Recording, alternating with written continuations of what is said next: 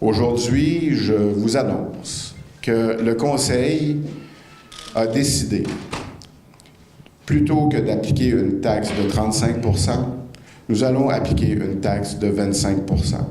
On se l'est dit à Noël dernièrement, c'est pas grand-chose, mais c'est de bon cœur. Mais croyez-moi, avec la marge de manœuvre qu'on a à la municipalité présentement, c'est vraiment tout ce qu'on est capable de se permettre au niveau de la flexibilité. On a tout fait pour y arriver, on a travaillé extrêmement fort, et c'est ce que le Conseil et la municipalité peuvent offrir à ces gens d'affaires, des gens d'affaires que nous estimons.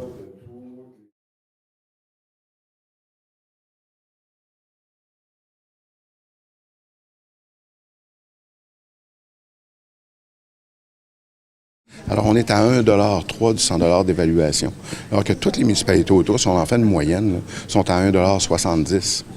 Il n'y a pas qui sont inférieurs à Stoneham au niveau de la taxe sur l'INR. Alors, on ne peut pas arriver à dire on continue dans cette pratique-là. C'est une mauvaise pratique. Nos commerçants ne sont pas capables de supporter une hausse aussi importante que ça. T'sais, à 35 %, 25 %, tant qu'à moi, dans ma tête, c'est un synonyme. C'est trop élevé.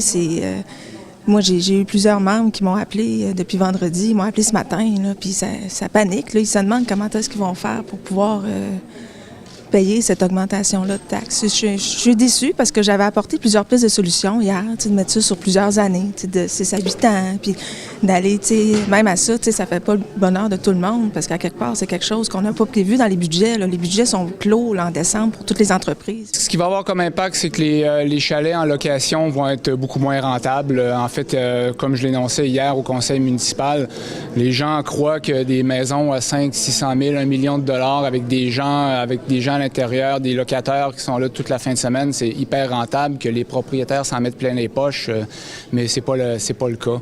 En fait, tout augmente depuis plusieurs années, il n'y a pas seulement les taxes municipales. Bien, ça reste une grosse augmentation. On aurait préféré avoir quelque chose de plus progressif.